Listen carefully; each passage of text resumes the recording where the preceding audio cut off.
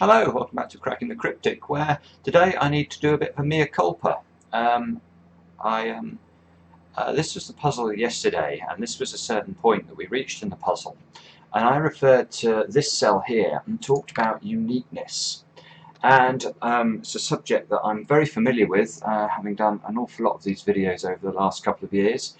And I'm well aware that this is not a uniqueness situation once I actually focus on it, but I missed it during the solve. And it is incorrect to say that there cannot be a 1 or a 4 in this square due to uniqueness. And the reason for that is that it violates one of the key problems with, and it's a mistake I see a lot, actually, ironically, in the comments on the videos. But these 4 cells, the 4 red cells here, are in 4 different 3x3 boxes. So let's go back and revisit the critical criteria for looking at uniqueness. So this is an example I've just taken from the Sudoku website, which talks about, so it's just got a puzzle here, and you can see that we've got 6 and 8 in the labelled boxes. And it should be clear to everybody who looks at this puzzle for any amount of time that there are 2 solutions to this puzzle. There is no way of telling whether the 6s are meant to be here and here, or here and here in the finished solution. And the 2 solutions indeed are shown or can be seen on the screen there. So, and this is perhaps the best way to think about uniqueness. You cannot have a situation where if you look at the finished solution, you could switch digits like this and not affect the rest of the puzzle. So here you can see that by switching this 6 to an 8, you don't affect the row, you don't affect the column, and you don't affect the 3x3 box, because the 8 and the 6 are within the same 3x3 box. Now let's contrast that with the situation that I had yesterday, and it's true to say that a 1 or a 4 here wouldn't affect the column, it wouldn't affect the row, but critically it does affect the box. So it would be perfectly possible for there to be a 1 or a 4 in either of these positions, for example, and that to resolve whether this was a 1 or a 4 in the finished solution. So these 1s and 4s cannot be viewed with a view to uniqueness. It's not valid, what I said. Now, as many of you pointed out, I had a 4 up here anyway at this point, and someone else amusingly pointed out and emailed Mark to say that although Simon is quite good at spotting, restrictions in rows and boxes, he's not that good at spotting restrictions in columns. So that's another thing I took on the chin. I'm going to try and improve that for you guys. Maybe we'll see me return to the very top level of World Sudoku solving. So watch out, Kota Morinishi. I'm coming after you. Now, what's the other thing I wanted to mention? 2 more things. I wanted to briefly mention that it's not necessarily the case that uniqueness just applies in the case of 4 numbers.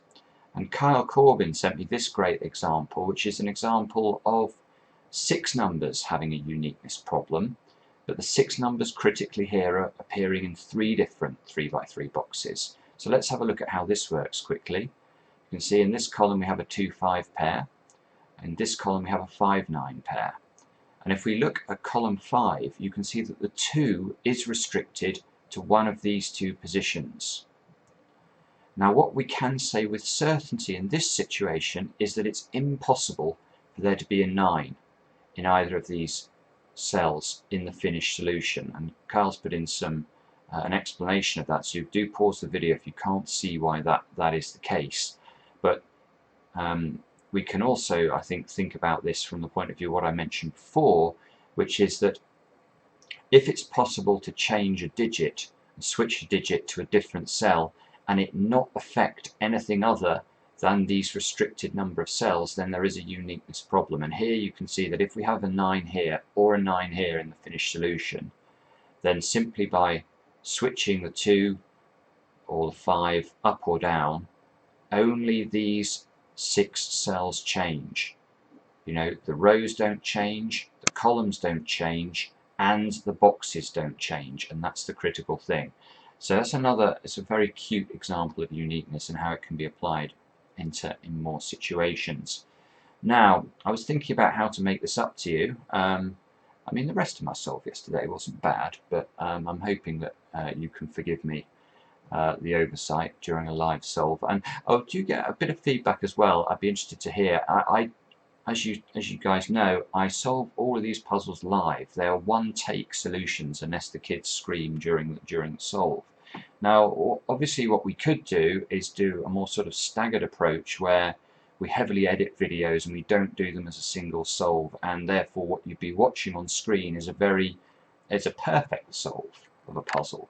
Now, I'm not sure that's really what you guys want to see, because I think it's quite helpful to see somebody think.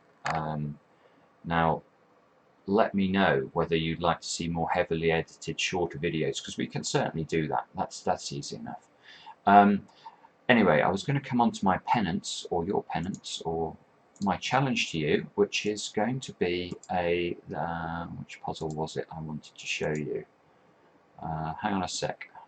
Right, found it. This is the puzzle I'm going to offer up today. I'm not going to solve it on screen. I'm just going to... I'll put a link under the video if you want to have a go. Do have a go at it. It is an amazing, amazing puzzle. And in a video later in the week, I will show you how to solve this staggering puzzle. But be very interested to know from the comments how you guys get on, how quickly you can solve it, and yeah, it should make for an interesting video. Now, there may be another video up later today. I wanted to do this one as a sort of correction to yesterday's video, but I think Mark may be also sending or posting something later, so you may have a 2-video day. Thanks for watching. We'll be back soon with another edition of Cracking the Cryptic.